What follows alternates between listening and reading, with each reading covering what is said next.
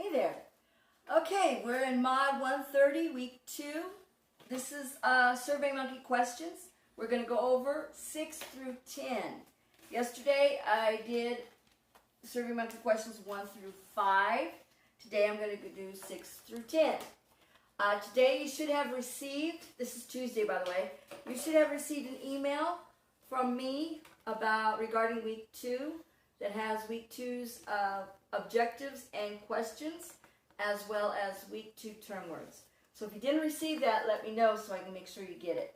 Okay. 4 and 5 in our business textbook. I believe that starting today we're going to be in chapter 5. So let's move on over there since we are going to be there. Alrighty. So, here we go. If we don't, we won't be there when we're there. And we'll get there when we do get there. If we don't get there when we're not there, then we'll get there when we finally get there. Yeah. Okay, so let's do number 6. I just brought these pins and they're already no good. What? I'll take them back. Alright, this can be found on page 94. 94. Number 6. Question is, how is a small business defined? And you can find this definition. Small business defined. I am not going to write the whole definition here because it's lengthy and you can get it right here in your textbook. Alright, so you can find the definition in your textbook over here in the the first column right here at the bottom. Okay. Okay? Alright, so a small business is any independently owned and operated business that is not dominant in its competitive area and does not employ more than 500 people. Okay? So, see, a little store that has 5 employees, that's definitely a small business. So 500, it's a lot of people when for a small business. So anyway, a small business is an independently owned and operated business that is not dominant in its competitive area and does not employ more than 500 people. Okay, so that was number 6. Moving on. Number 7. Number 7 can be found on page 98. So I'm just going to move over to 98. Number 7 asks, what does sharing economy mean? Sharing economy. What does it mean? And you can find that up here in the little definition box. And it means it is an economic model involving the sharing of underutilized resources. It is the economic model that involves the sharing of underutilized resources. Okay? Moving on. Number 8. Number 8.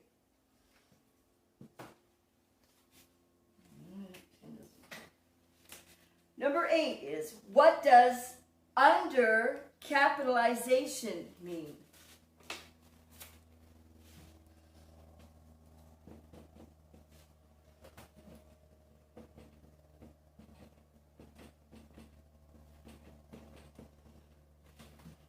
Undercapitalization. I think I know. This can be found on page 100. go there.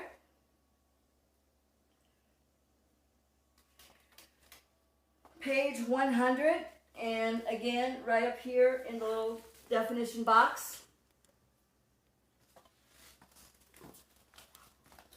Under capitalization is the lack of funds to operate a business normally. Okay? The lack of funds to operate a business normally. And if you remember accounting module, we talked about capital. Capital is the initial funds, or the funds that you put into the business from the outside. So under capitalization would be it's underfunded. So the lack of funds to operate a business normally. Okay? That was number 8. Moving on. Number 9. Number 9. All 5 of those are rejects, huh? Well, just don't give it nice. I like it nice dark. Number 9. In business, define who a franchisor is and a franchisee. Who is a franchisor? I know this. Chiser. And a franchise. How do you spell that? Franchise. Is that? I don't think that was. I think it's an S. All right, we'll find out, won't we? There you go. Okay, this can be found on page 102 to 103.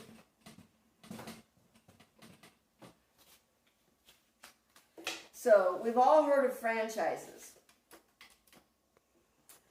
102 to 103. So at the very bottom of 102, it talks about franchising.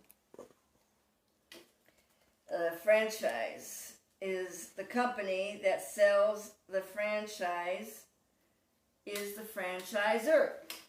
That is an S. So I did that right. Okay. So yeah, the company that sells the franchise or sells the franchise is the franchisor. Okay? And the purchaser of the franchise is the franchisee. So, if I want to open up a 7-Eleven, or Circle K, whatever, Starbucks. I would call up the main corporation and I would purchase a franchise from the franchisor. And then I would become the franchisee. So a franchise is like owning your small business, except that you are under some rules and stipulations. You have to follow certain guidelines and rules of, with the main umbrella company. The benefit of it is that they do all the advertising, and you don't have to do any of the marketing because they do it. And so the cons would be that you don't have much independence as far as how you want to run your business. So, I mean, it's an alternative. Okay, that was number 9. Let's move on to number 10. Moving on. Number 10.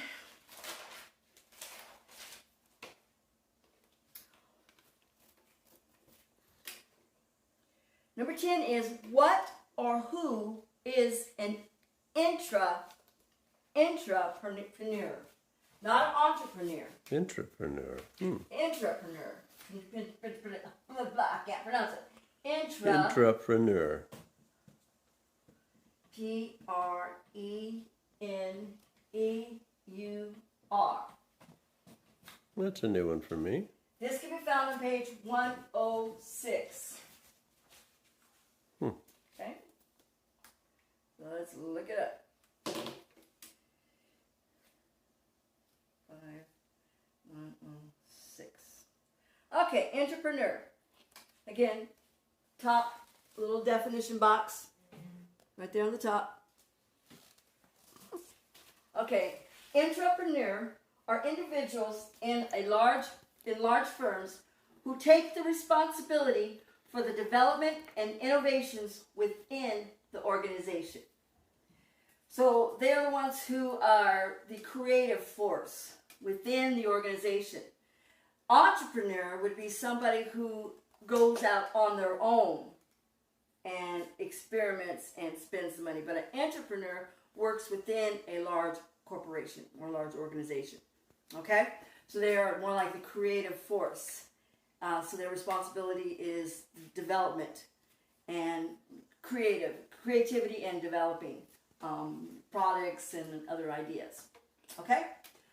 All right, so that is number 10. So that is it for this week. I will do a lecture tomorrow. I'm not quite sure which chapter I'm going to do, so I'll choose the best one and we'll do that tomorrow.